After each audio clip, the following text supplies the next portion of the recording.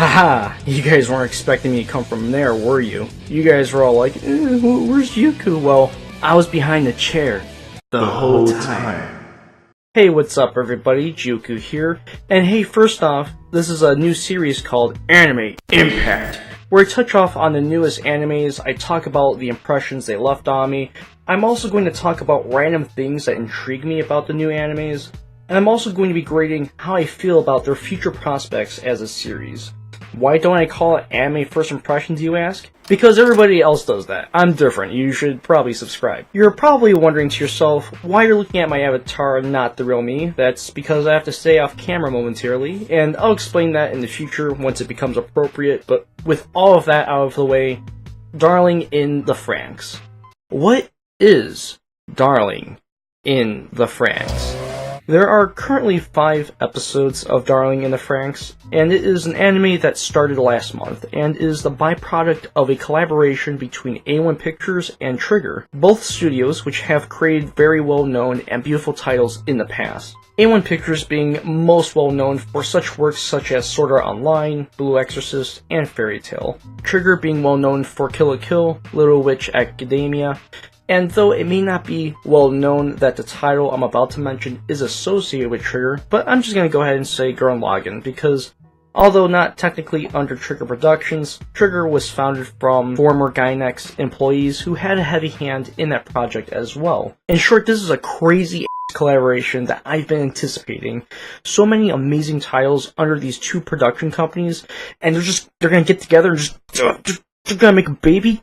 Gah! Well, let's talk about the anime itself finally. I'm just gonna go ahead and talk about what you get at face value first. That would be the crisp animation. When watching Darling in the Franxx, the first thing it presents to you is the beautiful imagery of this mythological bird. And also, you see that bird? It's really important. They really drive this motif through your skull. In the first episode, and there's something I want to talk about. And I will get there. Just remember, it's important. Look, it's got 2 heads. But back to animation, I feel like there's never really a scene that comes off as aesthetically boring to look at, so I'm always engaged, which was to be expected considering who's working on this project.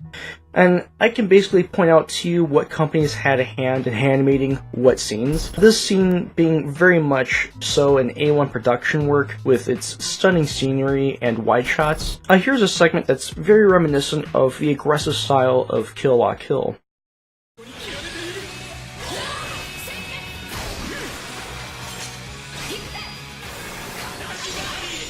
Also, 02's character design is pretty typical of Trigger and Gainax productions. As you can see here, there's a lot of similarities. So in short, if you're looking for an anime that's at the very least visually appealing, I would say Darling in the Franxx knocks that out of the park. Now, without spoiling too much, I do want to talk a little bit about the story, and everything I'm about to mention story-wise will have come from the very first episode only. I feel like I can only give an adequate synopsis if I include information from the first episode. So if you really care about that and you want to watch the first episode, well, here's your chance to go watch it.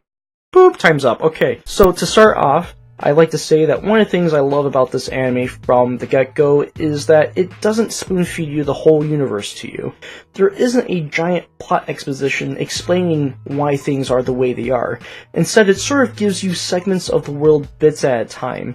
You learn that there are children who are bred for the sake of battling these creatures called Klaxosaurs. What is a Klaxosaur? Well, I put my medical terminology knowledge to use, and I broke down the words. Klaxion meaning an electric horn or similar sound warning device, and Saur meaning forming names of reptiles, especially extinct ones. So basically, they're like robotic dinosaurs, except they take many forms. Like sometimes they're a giant hammerhead thing that turns into a giant canyon, or this other oddly shaped creature that shoots out of its eyes, and sometimes they take a form of a ball.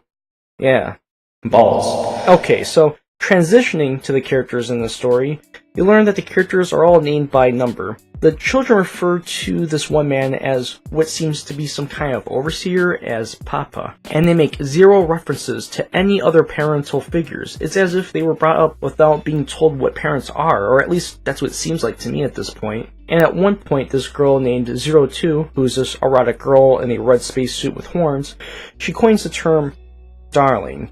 And it's interesting because all the characters in the story seem completely unaware of affectionate terms, and all the characters seem baffled behind its meaning. They aren't even aware of what a kiss is. 02 isn't human, and how she came to be is still a mystery at this point.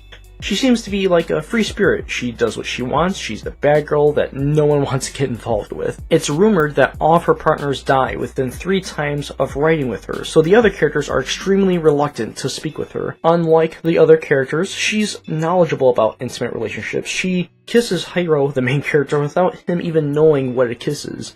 Kinda reminded me of my first kiss. I was like, whoa. What the f***'s going on here? Hiro is the main protagonist of this anime, and right off the bat, I just felt awful for him, because it's explained that piloting these military mechs are the only purpose he and the others serve.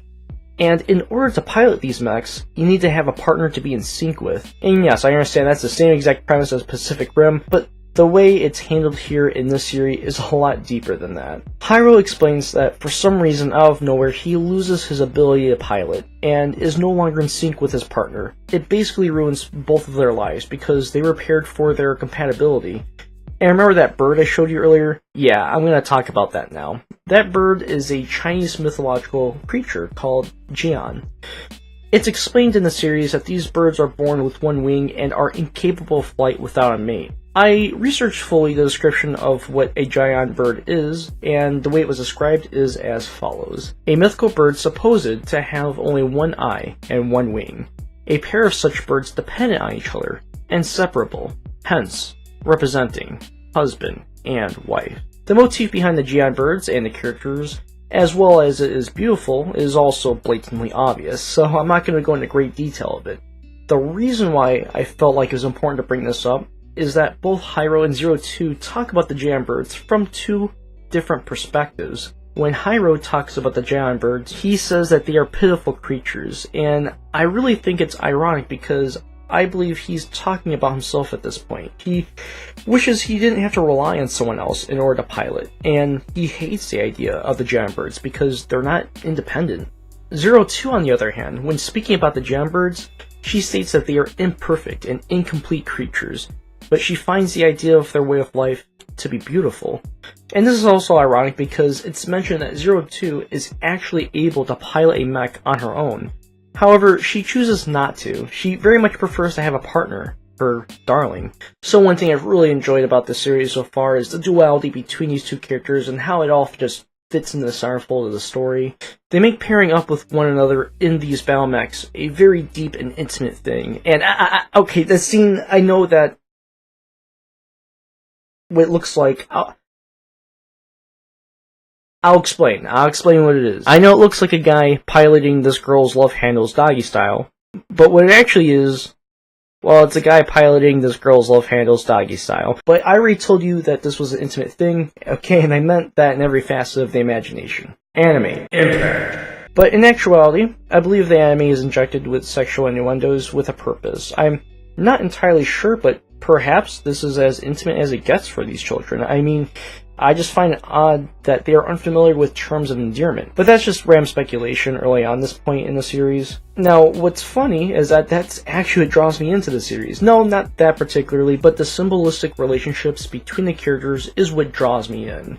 The mystery of the universe in the story draws me in. Some parts so far are somewhat predictable, but execution is superb, and because of that, it feels like a lot of original experiences are already being had in the very first 5 episodes that I've watched. I would say it's pretty impactful. And I'm not at all a big fan of mecha animes. I just never really got into them all that much. And there are so many scenes about the characters' interpersonal relationships that I literally forget that it's a mech anime. I'm like, oh, I forget they're supposed to sacrifice their blood for the sake of humanity and everything. I also think it's kind of funny that the mech designs, they seem oddly out of place from the designs of the rest of the scenery of the anime.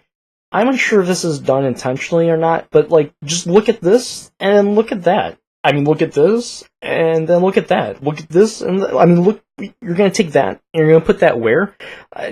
That pretty much concludes the first episode of Anime Impact. I hope you enjoyed me trying something new here. What I'm going to do here is grade the future prospects of this anime. I am going to rate it as high for its future prospects. I really like the mystery shrouding the story. I found myself wanting to watch the next episode just so I can learn more about why things are the way they are. The pacing of the first few episodes do a fine job of balancing character development without being boring, and knowing the great minds behind this project, I can pretty much already tell you there's most likely going to be an interesting plot twist probably midway through the series. So this is an anime that I'm going to be following as the episodes come out. Once it finishes, I expect to make a review on the full series itself and see if it met my expectations or not. Guys, thank you all so much for supporting me. It really makes me want to do more with the channel.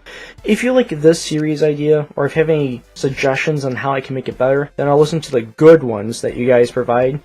And you guys can do so by leaving comments on the video. I always read all the comments you guys leave me. Go ahead and please drop a like.